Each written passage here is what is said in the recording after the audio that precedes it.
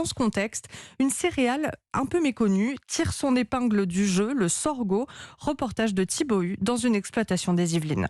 Sous les pieds de Thierry Maillet, la terre craque, asséchée par la canicule. Pourtant, devant lui, son champ de sorgho, une céréale voisine du maïs, est en pleine forme. C'est une plante qui pousse beaucoup en Afrique, donc dans conditions un peu sèches, un peu hostiles, ce qui fait qu'elle économise plus. Et puis c'est une plante qui est beaucoup plus courte qu'un maïs. On peut économiser raisonnablement, je pense, 20-25% d'eau. Et lors des dernières chaleurs, l'exploitant en chemise bleue et blanche a vu la différence. 2020, il avait fait chaud à un moment donné, et donc le maïs avait peiné de la sécheresse. Mais bon, il y avait 20-25% de rendement en plus en sorgho. Et cet agriculteur n'est pas le seul à avoir été séduit par le côté très économe de la plante. Il y a des gens qui faisaient du maïs et qui ont passé une partie de leur surface en sorgho. Comme ça leur fait mettre moins d'eau. C'est aussi moins d'électricité et surtout en ce moment que les coûts sont exorbitants. La céréale, qui demande aussi très peu d'engrais et de pesticides, rencontre un grand succès. En Europe, les surfaces consacrées au sorgho ont augmenté de 20% en 2020 et Thierry Maillet n'est pas surpris. Si le changement climatique se confirme, je pense que ça a toute sa place.